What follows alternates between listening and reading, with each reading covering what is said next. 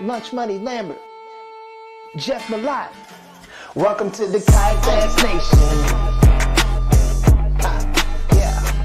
Welcome to the Kayak Bass Nation. Kayak Bass Nation. Hey. Welcome to the Kayak Bass Nation. What's happening in America is that's what's happening is like that's getting asked less and less because there are specialists, but you don't want to be a specialist anymore. You need to be really, really good at absolutely everything. There can't be any weaknesses in your game if you want to compete at the highest level. And you need to be able to fish the bank with no technology and read the laydown and the snag and the way the grass is and the cast angles. And you need to be able to use forward face and sonar and make a perfect cast on a suspended fish and know how it reacts off your graph. Like you need to be able to do all of those. A lot of great stuff. Man. I'll go ahead and say you're a hit. That's. I'm sure that's what you were about to say, Jeff. This has to be one of the best KBN broadcasts yet. I will say, having you on is fantastic. You and G-Man are probably the two most informative pros that we've had on, and I think a lot of it has to do with your attitude and how you look at things, and constantly adjusting and fighting to get to where you want to be. And I think that's why you're both successful in this. That's awesome, mate. I appreciate it. It's I think that is what it is. It's like everything is how you look at it. If it's doom and gloom, guess what it's going to be? It's going to be doom and gloom. If it's like, well, you're going to look at the positive side of everything. I just see everything, the negativity talking about in bass fishing right now, and I'm like, I don't see it. I've wished my whole life for this. Like fishing my whole life, everyone just thought I was a loser. Fishing sucks. Why would you do that? It's not cool. And now is every kid wants to be a pro, and everyone's got rat boats, and the buzz is huge, and there's people fishing, and it's getting bigger and bigger, and kids think it's cool and they love it, and there's high school fishing and college fishing. Like that's what everything I'd ever wanted the sport to be. I wanted people to see it and more people to get into it, and now we've got it and people are complaining about it. I'm like, no, this is a good thing. But you're it's never going to make everybody happy, No. Like there's always going to be people that don't want whatever it is, whether it's adaptation or growth or whatever. There's always going to be kind of that negative outlook on it.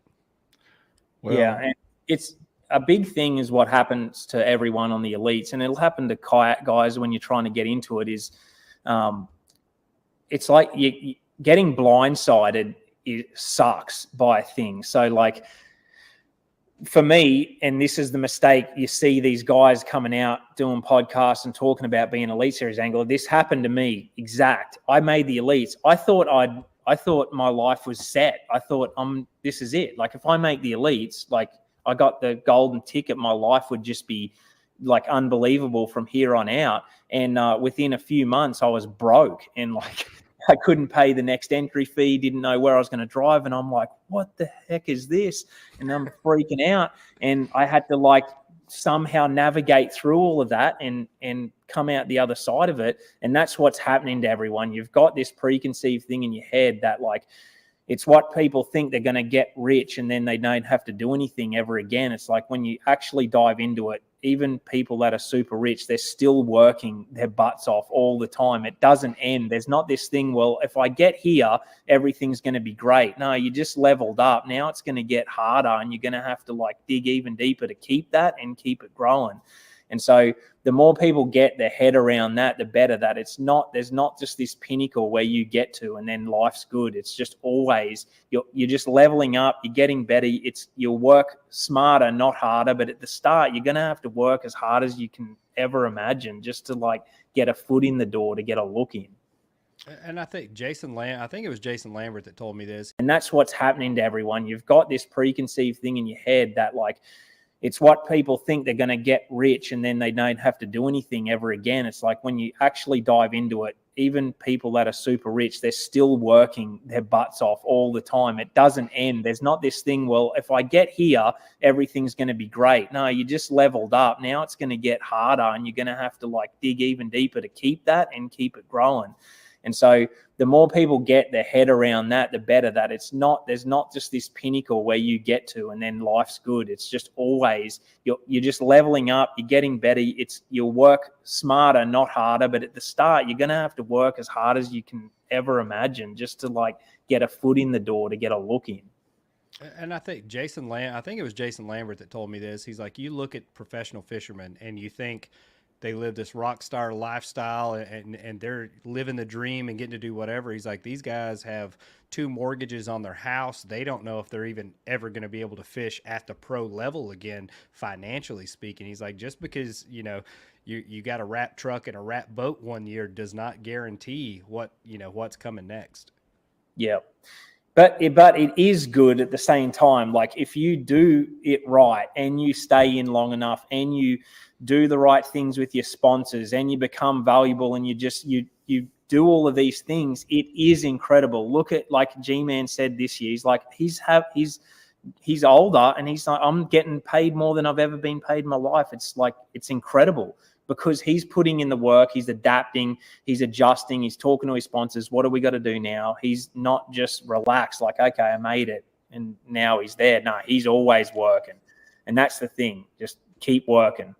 And he's built a brand around himself. He's like you said, I mean, G-Man's a little older, not throwing shade on him, but he's adapted to kind of the changing, I guess, platforms of fishing. Like his TikToks are hilarious and blow up, but he's constantly, looking for what's the next move, how do I market myself better? And I think that's, probably one of the biggest stories is how do you remain successful? That's how. Build your brand, make yourself invaluable to these companies that work with you. Somebody up in the comments said Carl's the Australian PMA. That's what they said. I saw that.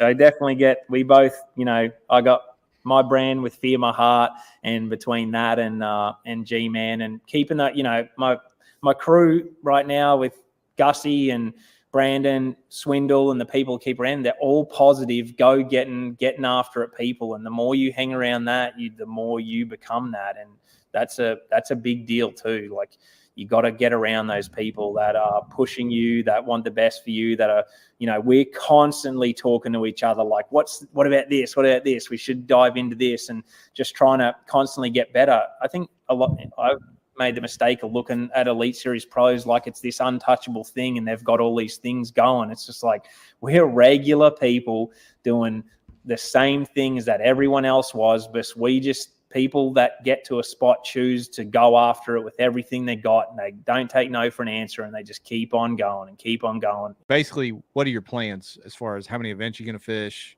Yep. What are your goals for each event, etc.? I want to make the the Hobie Championship. That's kind of like the ultimate goal. But for this one, I don't have any huge expectations at all. I really just want to experience it. I don't want to put any pressure like I'm going to compete. I know how good all these people are, like anglers and Christine and all of them. They're hammers, and I'm going into a whole different new world. And just because you can catch them in a boat, it's different again out of the kayak, and it's going to take a lot for me to adjust, because one bad decision and now I'm on a lake that's not firing in a spot, and you just can't pick up and run. So they're all the lessons I'm kind of excited to learn. But my goal is to be competitive and possibly make the championship. I'd love to make the Hobie Worlds. Like, I want to have a real go. It's not going to just be a one-off thing. The toughest part is the Elite Series schedule lays over a lot of stuff, and sometimes I'm in Texas and then the Hobie event's in New York, and I'm just not able to make that drive. So whichever ones line up, I'm going to try and do, and I'll try and jump in possibly a couple Bassmaster ones as well if they fit, and see what happens. But it's not going to be just a one-off thing. Luke Arian says, he made a comment, you'd be the first pro angler to fish the TOC. Ike's made a run at it, but he didn't quite make the TOC. So you'd be the first one to cross over and actually make it to the Tournament of Champions. That'd be cool. Yeah, that would be that definitely would be. That's definitely the goal. Like, just like I said, being at the TOC last year, I was just like, this is the coolest thing ever.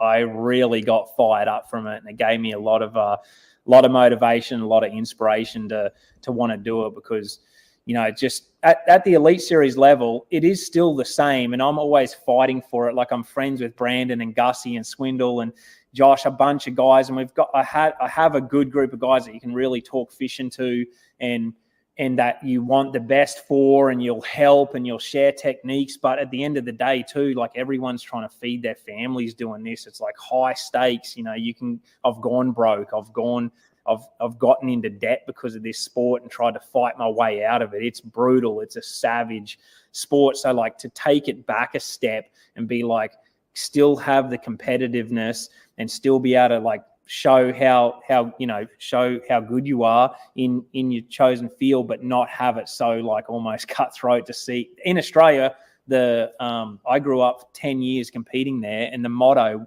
that we ran by through the tournament was who shares wins. Like, we're at a point to where you're not gonna go back to nothing. Like, it's not gonna happen. Any technology that you see come out on a bass boat will be implemented on a kayak.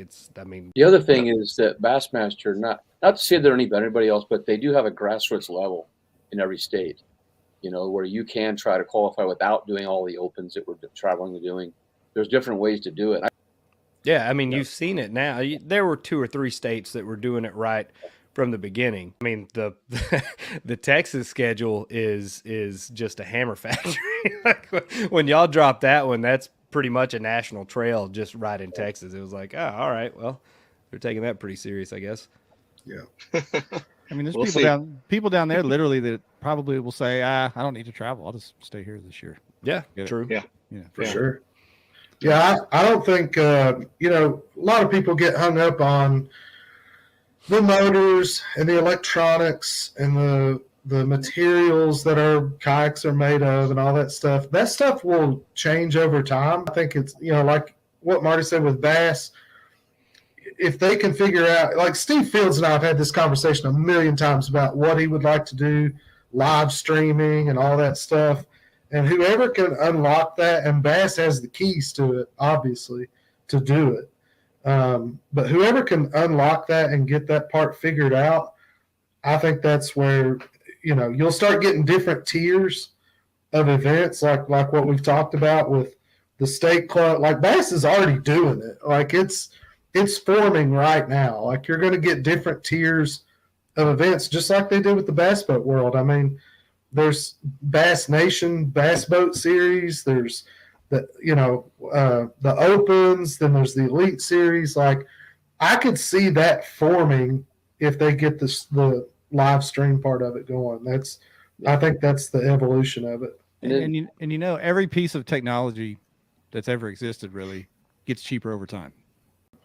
If you ever get something like Elon's Starlink, if that thing ever really works the way he says it will, and you start getting full, like 4 or 5G service at these lakes out in the middle of nowhere, and you can actually afford to live stream these events, that's when the game literally changes. That's when it really takes a leap, because then you're able to reach audiences live, and that's where the dollars come in. That's where everything changes. I think the reason that I feel like the Bassmaster part is the key is because they already have all of that established. They have camera crews, they have satellite trucks, they have the ability to stream it now. But what we have to show as a product, do we have the audience that's going to watch it?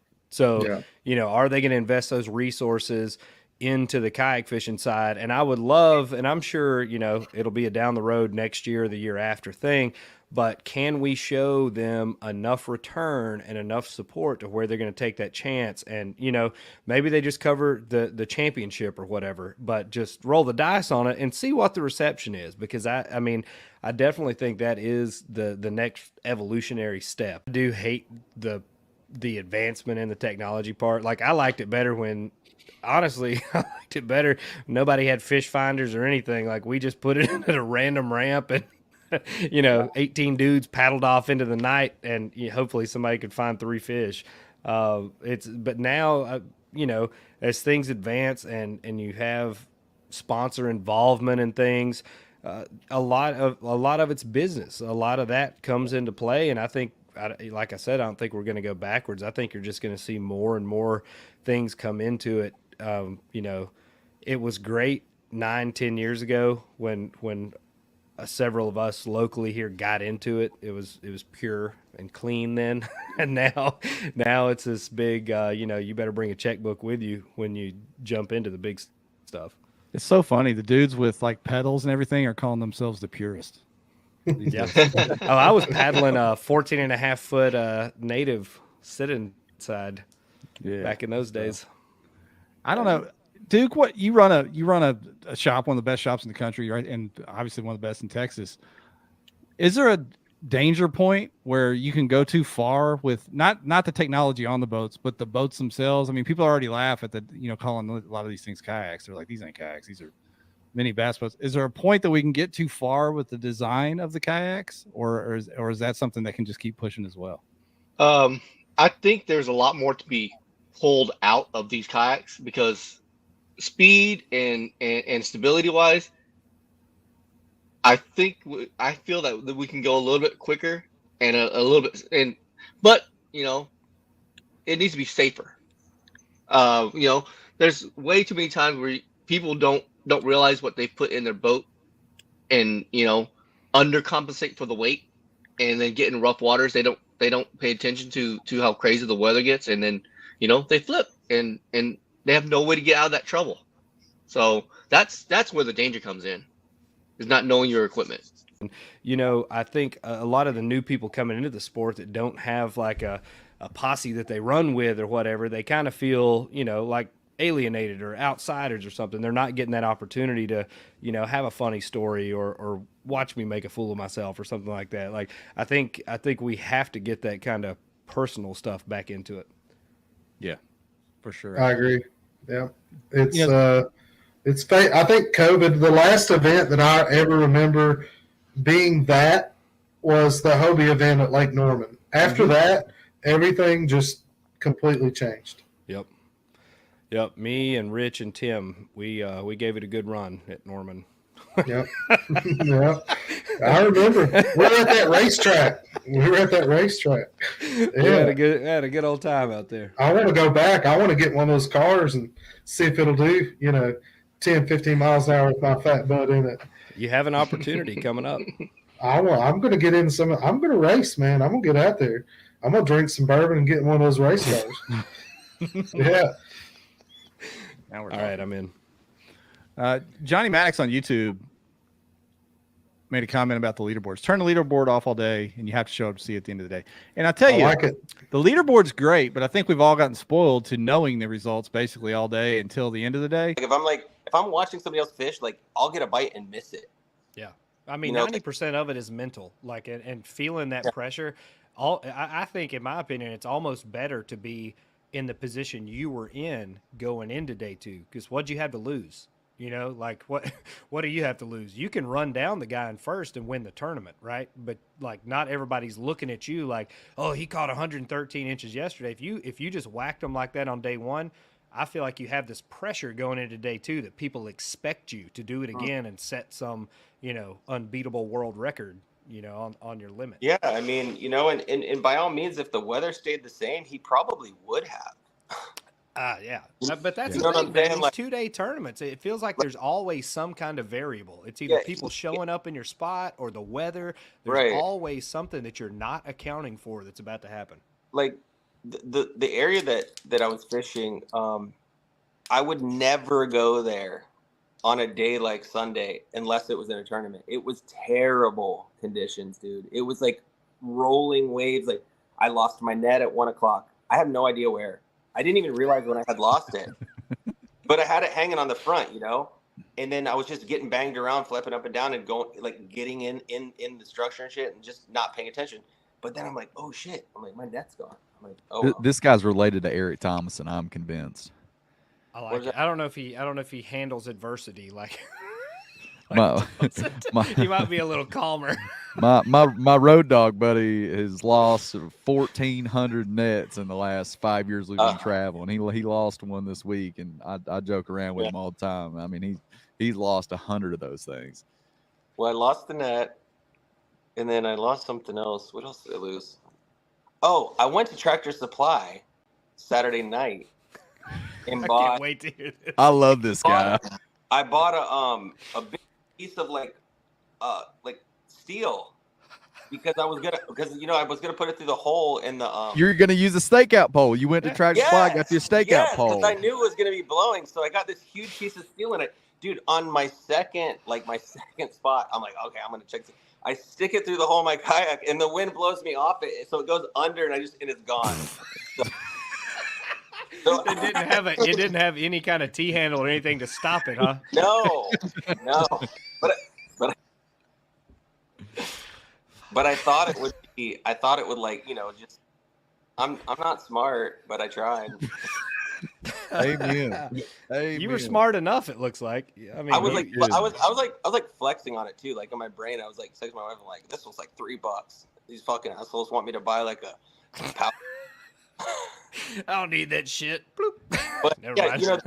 the truth is, like when I see people with all the gear and all the cool stuff, like, I mean, I would love to use it. I just don't know how to use it. I'm almost 40 years old, man. Like I feel lazy. Like it would take me so much time to figure out how to hook that stuff up and use it that I don't know if it would help me because I would get frustrated, So I want to get into this because this has been a big topic of discussion the past month or so on the page. Were you running a motor on your kayak? No. Were you running a live scope on your kayak? No. So everybody shut up. It doesn't make a difference. This guy just went out there and wrecked him in the first tournament of the year. Sisto. You don't need it. That was the big thing is people are like, oh, that's unfair. It's a huge advantage, blah, blah, blah. You just went fishing. You went out there, caught the fish, won the damn thing with a Tractor Supply stakeout pole falling through your kayak. Well, And no net. I think the thing's breaking up. Oh, it broke up. Was that me? I probably did it. No, you're good. Did we break up? Did you We're say good. we broke up? We're Jordan rocking and rolling. Jordan Marshall and lunch money. Are we You guys breaking are the up? best. No. Okay. No. Oh my gosh. No. All right. I hope that my new motivation to compete in tournaments so I can get back on here. Dude, anytime. We'd love to Absolutely. have you back for real. I need to get you on road dogging. What You is that get your somebody show? on road dogging. Yeah, that your I need to. I've taken a 2-month hiatus where I've basically disappeared from all things fishing after my disappointing TOC finish. Is it really like that? Nah, I guess I've just been lazy. I don't know. I've got It's wintertime, road man. dog. Yeah, it's wintertime. I fished okay. 49 tournaments last year, and I think I about went half crazy. So You fished 49 tournaments last year? yeah, I did. And Dude, you're I needed- him. I needed a break. You're him. Marshall I didn't is earn the nuts. road dog nickname for nothing, big dog. We out No, here you're- traveling. Dude, that's awesome, man. That's inspiring. I told Brian Nelly today, I was like, dude, you're like inspiring because I had seen him holding those the checks, and I was like, dude, oh, that's tight. I was like, I didn't see you coming. I mean, he's inspiring. I mean, because it's cool. Like when you see somebody else doing something that you want to do. I mean, like, that's cool. And the girl, Christine Fisher, yeah. that was so cool. She like won an award, and she like, encouraged the younger girl that was there that won. I mean, like, I love that stuff, man. I'm like, I told my girls, I'm like, go hang out with her. She's top of the chart. She gets a Yeah. ton of young females, Yeah. not only interested in fishing but confident that they can be successful at it. And like her Great role enthusiasm model. too. I see the video, pop up. When you search fishing stuff all day, it pops up. I see in the video where she's like making this super long cast, and it catches like this giant, and then she catches it and she like breaks down, and she's like, yes. She's like, like for me, I'm like, that's I love that. Like I love that. That's why we all do it, man. If you don't Yeah. have emotion when you're fishing, then you're doing it for the wrong reasons, I feel like. Absolutely. Yeah. So that's cool. The whole thing is awesome. And like looks like it's getting there's a lot of buzz, dude. There's a lot of buzz because the bass dudes, they're like, dude, when I saw the picture of that 13-pounder, I was like, oh my God. So I It was was like on 14. OHIV out there, like, on a trophy trophy fishing trip or whatever, and I was like, man, I skipped the Harris Chain tournament to come out here and fish this big bass lake with you guys, and this is what happens when you're kayak fishing. Like, y'all are out here clowning around, and they're down there snatching 13s out of pieces of plastic. So it was like 13-11. It was like 13-11. Crazy. It was giant. It was, That's a certified donkey. Mm-hmm. It really was. It really was. And you know, good for him, man. When I saw that, I had commented. I was like, you already won, dog. I mean, but when you do something like that, it doesn't matter what happens for the rest of the tournament. Like check, like I'm good, man. I feel like Shane wouldn't have left the second day if he caught a 13 in practice. Stop. Damn. I'm just kidding. No. Who leaves though because they're not doing good? Who does that? Well, yeah. Tell us. We've all done it, man. I flew out halfway through day 2 of a tournament when I was doing good.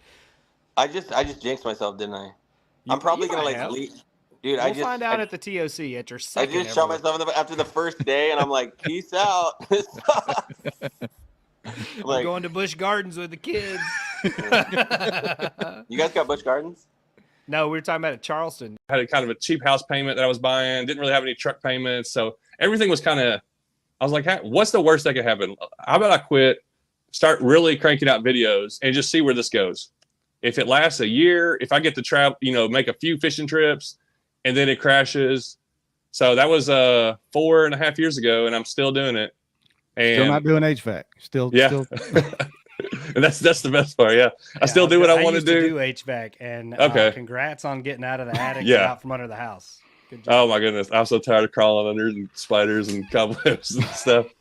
I do miss fixing problems. I love solving problems. So YouTube's given me a new challenge mentally to kind of figure things out and solve things. But I'm pretty lazy fisherman, and that's where creeks are perfect for me. All my friends are like, meet us at this time. I'm like, it's still dark then. I don't want to do that. So you should go fish on Ryan. Yeah, no kidding. We're on the same schedule, pal. Meet me about 9:30. Yeah, there you go. Bring me a white monster and a Twinkie, and we'll get after it. Sounds good. That's about what I do. So I've really gotten into kayaking. That took me like a couple of years. I kayaked a little bit, but I didn't know anything about kayaking, and I didn't know anybody. So there was after a couple of years, I started wanting to explore rivers, and then I went and bought a Sundolphin King Sport for $700. And I remember thinking this is a lot of money for a kayak. I'm going all out. I didn't even know of other brands because I never went to a real kayak store. I was just whatever's at Dunham's. I'm gonna buy that. So this is the nicest one Walmart's got. I'm gonna show out. One for the 12-footer. Yeah. It had a nice seat, so yeah. So my first kayak trip, I flipped my kayak and lose a GoPro and stuff, but I was hooked. Once I did some river floats, that was my favorite thing to do now, going down little river floats. But yeah, so now I'm doing it, still breaking even, trying to hit that next level where I really make money, but I get a lot of free stuff, so it's really cool. I got 5 kayaks now, and didn't pay for any of them, which is awesome. So that's really fun. So what kind of camera equipment do you use? When you got started versus now, are you just GoPro mainly? Is that kind of your bread and butter? Yeah. Really GoPros and my iPhone.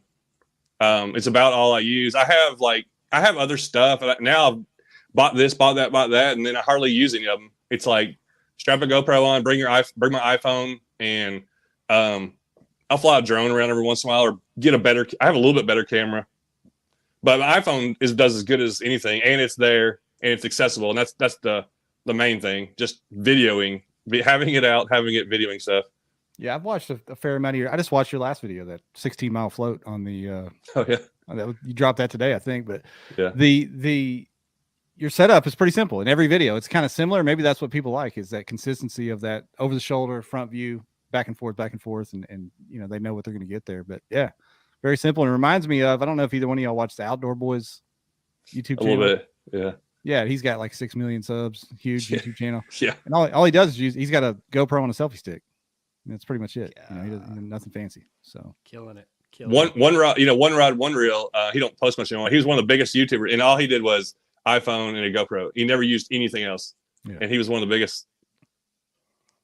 People like simple. That's what I really like, and that's what I've learned about my channel. I'm catching panfish and whatever, and people love it. People love simple fishing stuff and just filming it simple. You don't have to have a high production, system or something like that. So, yeah, I think because people feel like they can duplicate it.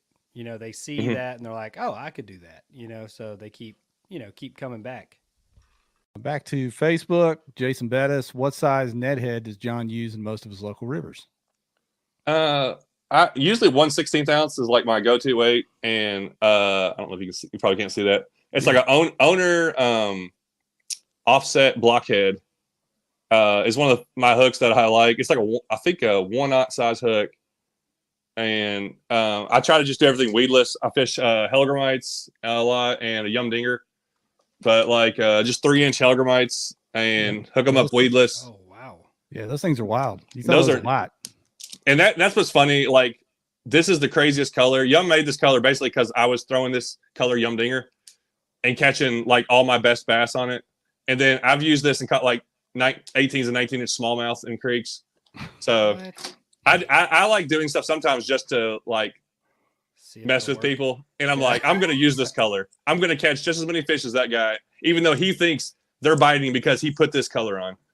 But yeah, a Hellgrammite works. That style lure, like way you can get it to drift in the current, is awesome when they're when they're feeding in that current, because you can just bounce it right into their mouth the way they like to eat.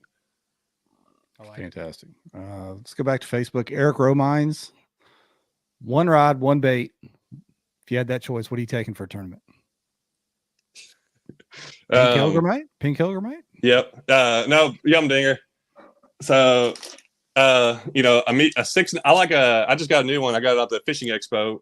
I got a 13 Black Envy rod for $100. I was like, yeah, I'll take that. And it's a 6'9" medium, and I usually use a 4-inch Yum Dinger. That color too? Yeah, that color. That's it. What? I caught I've caught 2 over 5 pound spotted bass in the river, and I've caught my 7.5 pound largemouth out of chick on it, and like a couple 6-pounders. That's what's the name of that? What's the name of that? What's the name of that color? Bubblegum yellow swirl. Oh. So I started. Funny story is, like, the first time I used it, I was like, this will never work. And I'm fishing an area where and this is what I liked. I like proving things to myself, and you hear all these things people tell you, and I don't listen to anything people say. Like, I like watching Tactical Bassing or whatever, but I don't listen to anything they say, because I don't think it applies to me. Don't know shit. Yeah, they know what they are doing, but that doesn't mean it's going to work the way I fish and stuff like that. So, but yeah, so I was fishing and I was catching these fish. They're these smallies out of a river, and I had one of these color, and I'm like, I'm just going to put that on there because I already caught like 3, and I kind of knew there was a few more there. I throw in there, boom, right away it gets hammered, and I was like, wow, the other color that was natural didn't make any different than this color. And then I've got that's like my favorite color. That's my go-to confidence bait for real. Like, I've caught so many fish on that. Match the hatch? No, I'll take neon orange and pink, baby. And everybody knows nowhere in nature. All the guys that fish with me know I use that, and they're like, "Did you use the Yum Dinger today?" Does it matter? Like clear water, muddy water, doesn't matter. You're throwing the dreamsicle in there. Yeah, I'll throw it in. Coy River here, crystal clear water. I'm throwing it over there. Boom. That's where I caught my 5 pound, 5 ounce spotted bass. I heard there's some giant mega spots up in that area. Yeah, that's the spot. I've floated over so many. In the summertime. I've been told stories about it. I heard it's absolutely insane. There's a bunch of guys from North. There's a bunch of people that float it, but it still doesn't get fished that much comparatively. Mm-hmm. But like I like doing it, but I still haven't. I feel like I've really caught a ton of big ones. There's some mean mouth in there too. It's kind of cool. But it's kind of spread out. A lot of the rivers around here, like, there's a deep hole. You'll catch 1 or 2, and then you move on to another hole. They're not just like loaded up like some of the rivers. I don't know. Do you have like a schedule? Like, what do you shoot for as far as like weekly posts? I shoot for 3 a week. Usually Monday, Wednesday, Friday. That's my goal. I make like 85% of my money through YouTube ads. So if I don't put videos out, I'm not getting paid. So I have to keep making videos, really, to kind of keep the revenue up. I can see a big difference when I only make, put a couple out. And then sometimes there's just the way YouTube is, it can just go up or down as far as views. But consistent videos is the most important thing. Do you study all the algorithm stuff and all that? Are you nerding out on that stuff? No, nope. When I started my channel and when I made my first videos, I was like, I said this and this is still the way I believe. Like, I'm gonna make the video I want to make, and I don't care what other people want to see. Like, if it works, it works. And I knew that was going to work because everybody is like-minded with somebody else. So everybody has their own people they like, and I didn't know it was going to grow to what it's going now. Like, I was just hoping to get a few thousand subscribers, maybe make a couple $100 extra for a fishing trip. And then once it kind of started growing, it just consumed me. I'm like, all right, I got to just keep this going. So, and I'm like, I'm not trying to, like, that video, my best video, like, I have yet to go back to that spot, and it's 10 minutes from me. But because I haven't had the desire to go back there and fish that again. I just fish the way I want to fish and do what I want to do. But because that's what I'm excited about. That's what I'm not trying to fake anything I'm not good at, hype it. I'm not trying to hype something up. I'm just going to do what I enjoy doing. And that comes through in videos so well. If I'm excited about something, if I had a fun day, the comments and people are like, man, you had a fun day. And I don't even realize, I'm like, oh yeah, I guess I really did. So I'm just doing what I want to do. I try to look at, like, sometimes look at analytics or look at something, but for the most part, I don't know how much it matters really. The YouTube thumbnail is important. That's one of the biggest things I've learned, and I can see that through my views. Having a thumbnail that is that catches my viewers' attention. Other than that, I just try to do multi-species stuff a lot and do the things I'm interested in. And then I got into kayak bass tournaments, and at first a lot of people didn't like those. Yeah. But I try to tell the story of what's going on that day, and I make an effort to, like, include everything, what's going on, and not just have dead spots. And it can be tough when you're getting really aggravated or you fish 3 hours without a bite, but you got to stay engaged, telling the story of what's happening. And a lot of people are starting to enjoy the tournament videos. Why do you think people didn't like those? Do you think it's because it was in a tournament, or, I mean, what do you think turned your audience off? Because you were trying to catch largemouth that day, or what do you think it was? I think it's most of my best videos are always small streams, usually wading. I think part of it might be the view, like the camera angle. But also everybody can wade or stop at a small stream and fish it. And there's a lot of kayakers out there, but a lot of people that don't kayak, I don't know if they really enjoy watching the kayak stuff as much. But I know there's so many people that have said, like, I got into kayaking because you make it look so fun, and I'm so glad I did. And that's where I'm like, kayaking is a blast. If you've never done it, you have to get into it if you enjoy fishing and just enjoy getting off the bank, getting away from everybody else. Yeah. And there are, I don't know the ratio, but it's 10-1 or more recreational fishermen to tournament fishermen to begin with. But I also liked about kayaking, I like going up little creek channels out of the way, just fishing shallow. There's always fish shallow, especially, like, I live close to Chick and some of these lakes, but I hardly go out there for bass. But when I do, it's like you can find them there's always in a creek channel. They're always up somewhere shallow. You can go, find a couple of bass. So, but I do like the competitive. I got a pedal drive Old Town 120 now. That's what I've been fishing out of. I'm trying to work on getting a motorized kayak to kind of just help me get to more places and make it a little easier. But I do like, I'm fishing in strap you one on there. Strap you a motor on that Old Town. Yeah. Yeah. I think I'm getting one from Newport. Oh, okay. Yeah. So I was have Lily send you one of them EPDLs. You got the clout. Yeah. Tell them to send you one of them. I saw one in person over the weekend. They look nice. Yeah. I didn't get to put it on the water. Someone had already paid for it, but no test drives for Ryan. Damn. Nope. Yeah. I thought it was a good time to have you on as well because of what you just talked about with keeping things simple, finding fish simple, things like that, because we are in an age of unsimple fishing. I mean, there's been a bunch of stories this week with, 3 graphs on a kayak, scopes, dual motors, a little DP going on the kayak. I mean, it's insane what's going on out there. But at the end of the day, simple still works, doesn't it, John? Yeah. And I don't have I'm not saying I'm going to win tournaments, but when I go to one, I'm just trying to be in that top 10%. And I'm fishing in the Bassmaster National, got 7th down in Gunnersville. First day I went out on a paddle kayak because I was just fishing over this grass, ended up finding fish, caught everything on a spinnerbait. Threw a spinnerbait 2 days in the Tennessee Bass Nation, and it was about as simple as it gets. I'm like, this is fun, but yeah, I didn't have any, I'm trying to learn as it goes, and I want to be able to learn more about every other lure out there. But the ones that you're confident in are going to catch fish usually, so just go out there and catch them. And it always cracks me up. I like kind of making fun of tournament anglers sometimes, but us too. It's just fun. And I joke with the other guys too. I'm like, as hard as everybody works, there's always that bottom half that can't catch a limit. And I mean, I've been there too, but it's just funny how so much effort we put into it. And then it's like, yeah, I couldn't find 3 keepers or 2 keepers. So maybe that's why I'm afraid to try too hard.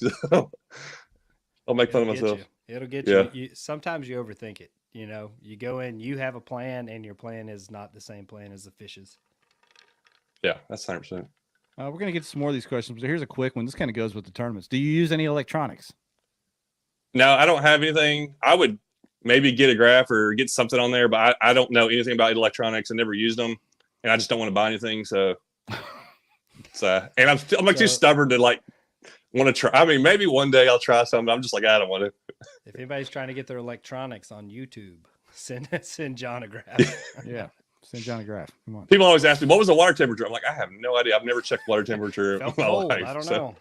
You need to do the Drew Gregory. He pulls a meat thermometer out of his pocket and sticks it in the water real quick. And that's hilarious. Yeah, I fished with him a few times. And that's something to learn, like how people fish differently, how so many different ways there are to fish and catch fish. And like watching him fish and stuff, and I was like, wow, that's, there's so much. I'm like barely covering water, and he's covering 7 miles fishing as he's going. 101, son. He does not slow down at all anywhere. It's crazy. Yeah, Drew is 100 miles an hour all the time. You're like, maybe I'm in the wrong spot. I questioned my spot when I left the ramp, honestly, because you know how it is in the morning. You're all grouped up at the ramp, and then everybody races to their spot. Well, I was the only one that went there. Literally, everybody went the opposite direction. And I was like, well, I'm either an idiot or a genius. And so it ended up working out. Turns out you're a genius. That's right. That's fishing, man. That's fishing. Yeah. We've talked about it 100 times on here, but when the winds happen, it's little things like, you make that right call when you're second guessing yourself, you stick with it. You don't lose that fish. You forget your net, but don't leave the big one. That's right. That's right. That's crazy. Yeah. That's what amazing, else? man. What else do you fish in the Texas region? You said you fish the West Texas Club, obviously. Are you fishing any of the other Texas Bass Nation events? Well, we have another concurrent event with West Texas for Ivy. I believe that one's in September. I'll probably try and make the Toledo event and the Fork event for Bass Nation. Those are hard to pass up. I was gonna say, I'd say both of those will be pretty solid. How's Ivy gonna fish in September out there? If I had to guess, probably pretty tough. I didn't know how Ivy was in September. I know, I expect that we talked about the Chickamauga event in September for the Hobie schedule. September's generally a tough month to fish unless you're far up in the Northeast. So I didn't know if Ivy had some special magic that happens in September or if it was going to be another grinder. Man, not that I'm aware of. It'll probably be a grinder. I already put it out there. Well, I will have to say, Ty, that it is very similar in February from my experience. I had to see what Ty had to say. He usually has a good comment or two. But he's not wrong. He's not wrong. Did you, in fact, take Billy Bowden's money at Lake Leon last year? Did I? I think so. I don't.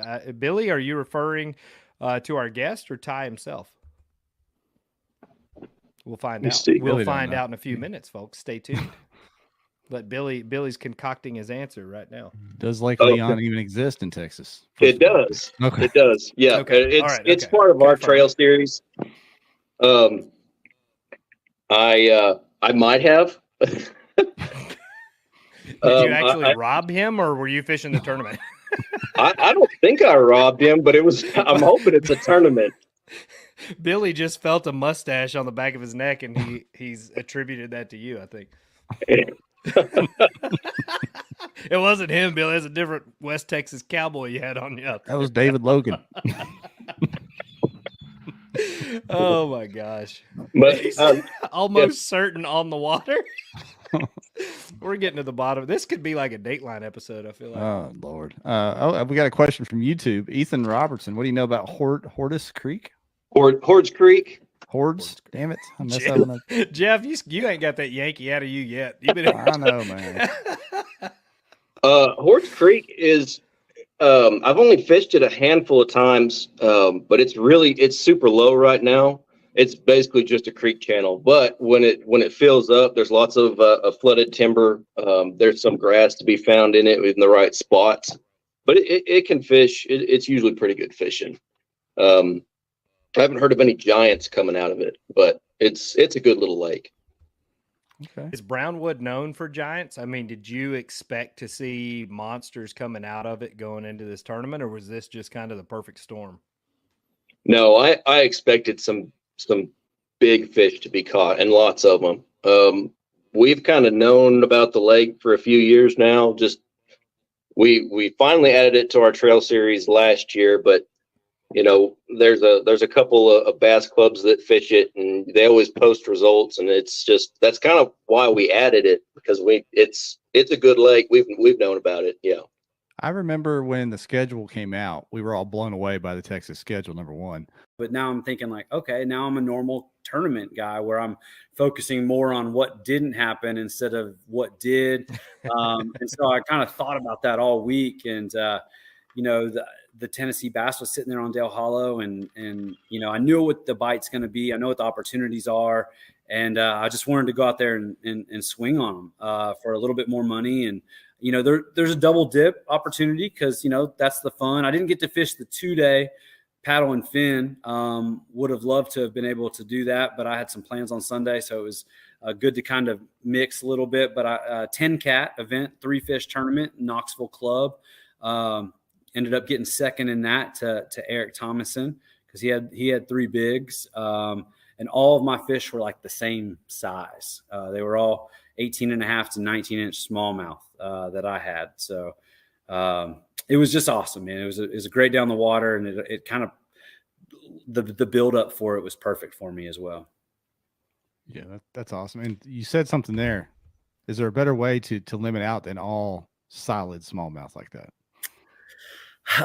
No, I mean, if I could have called an 18 for a 21 would have been cool, but like, you know, I didn't know because, you know, obviously the leaderboard goes off. I had service to check it, but, you know, I'd look at Eric's fish, when I didn't have my, you know, when I was submitting and checking on things, and, you know, he had a 20, a 19 3/4 and a 19 1/4, and then a 15 and a 14. And so like the tournament director in me is thinking like, man, my dude is holding back some good ones. He's just waiting. He's playing with me. You know, all of that. And then I'm also looking at Jay Wallen and Jim Ware that hadn't submitted fish because they're probably fishing in an area that didn't have good enough service. So like, I know that like 90 inches probably isn't going to cut it. In my mind, you know, I just watched Paul win with 92 and change. You know, any time on that lake, you know, you're going to cull a 17 for a 20 if you get that one right bite. And so, I just kept fishing hard. Actually had my last cull with 3 minutes left, had it at 1:58 Central Time. It was just a 1/2 inch cull, but at the time that's better than no cull. So like you're kind of jacked up. It's like a last second shot, and it went in. I didn't know that I didn't need my last 3 culls, and that it was enough. But to be able to kind of keep that mindset and fish, staying motivated through that whole time, is just, and then to have that last bite was pretty awesome. And I'm a finesse angler. I'd love to have a spinning rod in my hand the whole time. And I really, except for a couple different presentations to try to let them see something different, I drug a finesse jig on a spinning rod the whole time and fish exactly the way I like to do it.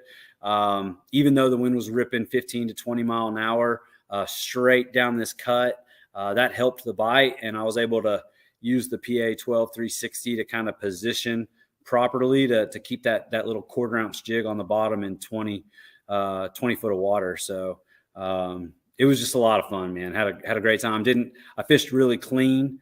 And y'all talk about people fishing by each other. There was like 6 kayak anglers in this cut or in this creek, and like 20 to 40 bass boats in and out. And it was pretty busy. I don't think a single person saw me catch any fish that I caught. And these are like secondary points. They're very visible areas, but it just was kind of cool because I felt like I was like doing my thing and no one knew about it that was there watching it, All right, so moving on. What's next on the topic list? Sorry, man. Softball that one to me. All right. Anyway, I know it was on purpose. I'm sorry. Yeah. Anyway, Christine, I had to ask you about this. You're coming on. We've got the win in the books. I know it's awesome to have another BOS trophy, but the big news. I know, but look, the news of the last few weeks, and we haven't had you on in a little while, is you are making the leap over to do some opens. We have to ask you about that while you're on here. When is the first one, and what are you thinking leading up? Well, this is probably really stupid on my part, but I'm fishing on the pro side, like actually as a pro side on the boat. I'm fishing this year on Hartwell, which is not my favorite lake, in October. So that will be my first official open on the pro side. I figured that'll give me the summer to kind of really, get comfortable in the boat, get comfortable in the trolling motor, which is the biggest thing that's kind of been a challenge for me lately. And yeah. But I'm fishing a couple more as a co-angler. I've had a lot of fun with that. Obviously being a co was not a long-term thing for me, but it's been fun just for camaraderie and just for meeting people and just kind of just seeing how that side of the world worked. I had never fished a bass boat tournament before. So jumping in a few opens was huge. And I just feel like, it's time for me to kind of do that. And my expectations are very low for the performance in the opens. That is the gauntlet right now of bass fishing. But I'm just hoping that, a lot of women that I mentor, a lot of women that I pull and talk to that fish in high school and fish in college, when I say, why aren't y'all fishing the opens? They're just like, well, it's way too intimidating. We're going to get our butts kicked. All the guys say, look at the women. They're all the way down at the bottom. And I was like, it doesn't matter. It doesn't matter if you finish dead last. So I'm hoping that even if I finish dead last every single tournament, by not quitting and just going out and having a really good attitude, I just hope that, I can help get some more gals into fishing the opens and fishing competitively on that level, much the same that I've kind of hopefully been able to help do in the kayak world. That's what I've been trying to do this season, is finish dead last in the tournaments, just to let people know it's okay. You're not going to die. Like, it's fine. Who cares? Who cares if you don't catch a fish? It's fine. Yeah, and you're doing really well. Your attitude's been great, really inspiring. Right? Yeah, we've had a great time with it. I can't speak for the entire world of kayak fishing, but I know a lot of us support your move to the opens. I hope you kill it and love it, and it was good to meet you. I'm not leaving. I love kayak fishing. My goodness. She gotta come over here and get gas money, bro. Yeah, I know. You're leaving kayak fishing. I was like, I'm not leaving kayak fishing. I love kayak fishing way too much. I do both. Have you set up any kind of obstacle course navigating the trailer around is my biggest concern. I'm not concerned with you catching fish. I think you're going to do great at that. But I don't want to see you peel off the side of a new Skeeter there, getting back in the parking lot. Listen, backing a boat trailer is 1,000 times easier than the kayak trailer. Fact. So That's 100%. Thank goodness. I'm more concerned about me running up on a sandbar or doing something stupid in the boat. So I'm trying to be real careful with that. Even the most experienced pros do that constantly, so I wouldn't worry too much about that. I know. Well, honestly, the Okeechobee Open I fished earlier this year when there was like 60 people in the lock, and I was with one of my old school boaters, Santee Cooper guy.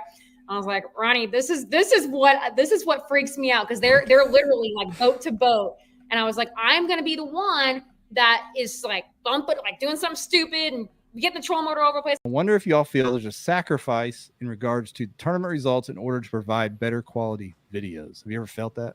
Every single tournament. Yes, it's a nightmare. Because GoPros have so many dang issues. You don't know how many times I've spent a half hour if something happens. I'm sitting there trying to get things going. Absolutely, yes. But even more than that, how many times does a fish bite when you're messing with a damn camera?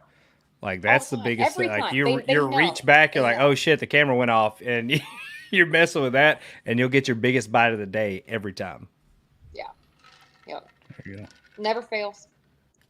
Jay, you mess with much tournaments, man? I know you I do a little bit of tournament fishing, but nothing major. But I will say that it just takes your attention. Anything that you're doing otherwise, it takes a lot of energy to film, especially if you're trying to make good content. If you're just trying to document your day, it's not a big deal. But if you're trying to make engaging content, yeah, you got to think about the storytelling. You got to think about your segues and how you're going to present things. So you're thinking about all this while you're fishing. Yeah. So I would say there's definitely a sacrifice there. I think it helps people like Dusty though. Yeah. When they film, Dude. It's like an outlet for some. He needs that. I do. So I do a lot, and I try to do a lot of like Instagram updates and stuff throughout the day. Cause people that don't even fish, that don't give a shit about tournament fishing, they lock into that stuff and they just want to know. They're like, what happened? What happened? Like obviously it was a disaster. What happened? Like you have to engage with people. And again, Omar, like we said with your channel, man, just be real. Like just if it's going bad, it's going bad. But if it's going good, then people want to know if it turned out well. But just be yourself. Yep. That kind of leads into this next question from Top Shelf on YouTube. We'll start with Christine. Parting words to encourage folks to get started on YouTube, stay consistent with YouTube, or just be successful over there. Any parting words?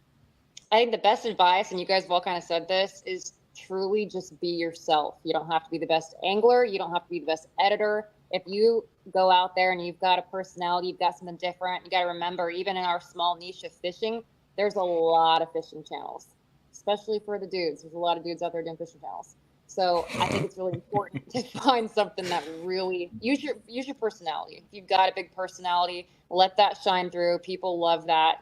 At the end of the day, I think people get so caught up with not connecting with people. We're so tied into screen things that when we do feel like we get to connect with someone through the screen, it's good. That and do the shorts. I think that's really important. Like I said, full transparency. I think I only had like 60,000 subs before doing shorts, but it did help boost it. And as long as your long form videos, the views are very consistent and they stay up there where they should be, I really think that helps. Like look at Dave Mercer. His shorts get millions and millions and millions of views. His long forms don't get that many, but he's making really good cash on shorts. So I would encourage people to do a little bit of both. There we go. Jay, what about from you, my friend? Advice? I'd say just along the same lines as Christine said, like just do it, because there are a lot of channels, and the biggest hang up I hear that people don't even get past the starting line is that there's already too much. There's too much competition, why am I going to do me? Yeah, everyone has a unique perspective. Everyone has something to bring to the table. So that's number one. So just get started, but also stay consistent. Just consistently post, even if you can only post once a month, just keep doing it, because you're going to see those gains come in. And the more reps you put in, the more comfortable you get on camera, the more comfortable you get talking to people, interacting with the camera, and coming up with content too. So content, people get stuck, and I get asked all the time, "Oh, what? Do you ever run out of ideas?" It's like I don't generally run out of ideas because I'm always watching, I'm always consuming. So even like my wife will like watch a makeup video and be like, "Babe, you should do this," like, but about kayak fishing. My last video actually that I just uploaded last week was an idea that she gave me. Conversation point, but it is. So I mean, it's gonna be there for a little while, but we'll see. See what happens. Well, if you guys want to get in on the podcast market, I know a couple guys. They run a great kayak fishing podcast. Love to bring Newport in. Finger on the pulse of the sport. There you go. We got our finger somewhere. I'll say that. Yeah. Go ahead, check it. Yeah. I like it.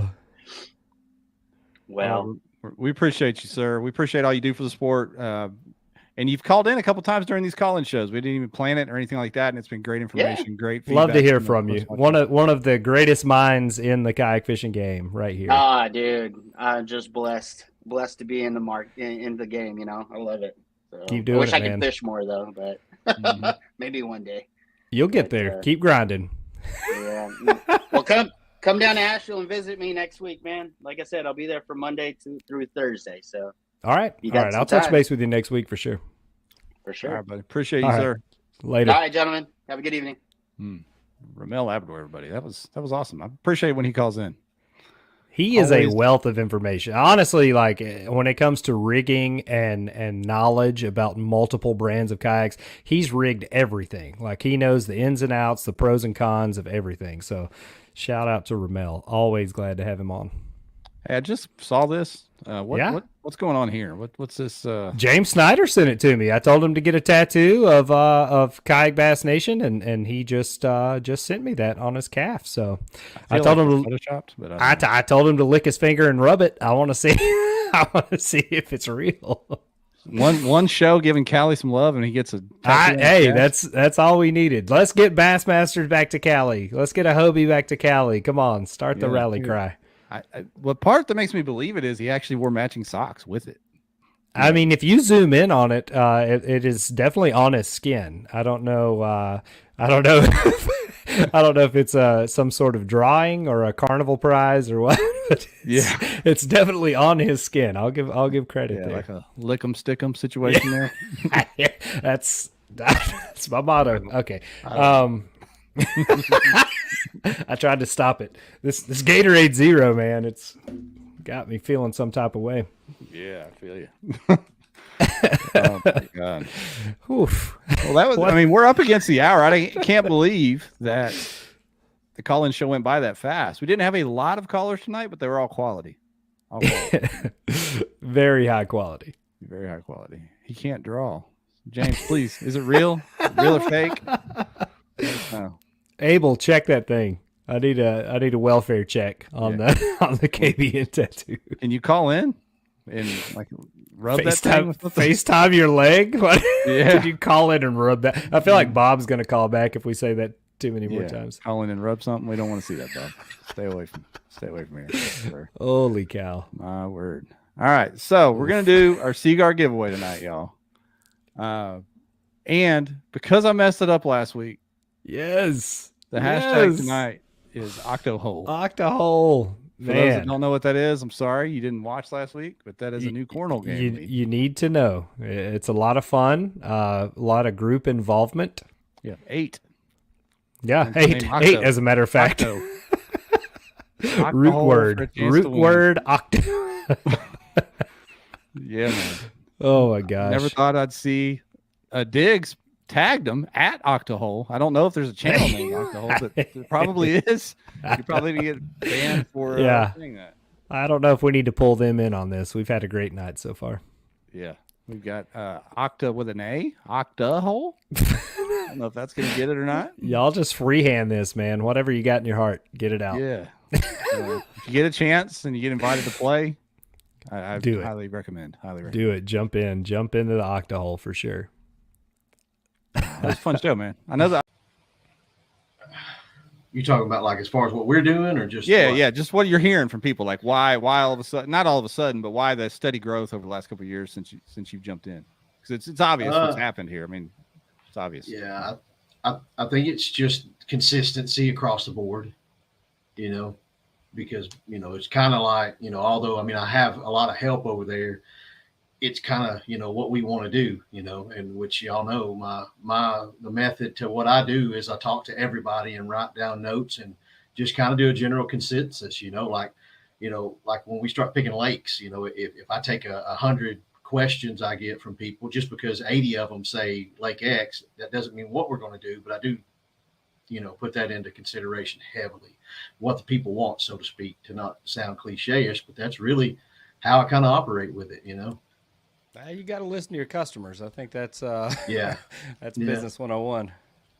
Right. And so the rest, man, God's blessed us. I don't know. That's the only thing I can really pinpoint is that, we're just doing it for the right reasons. We're just doing it to put on good events with integrity, like all our other series try to do too. There's not much different that we're doing than anyone else, but it's just, that just goes to show, like, that Bassmaster name does carry, a lot, like, people grow up wanting to fish one of those events, and they just get to kind of live, as close to that dream as they can by doing it in a kayak. So I just wanted a sticker.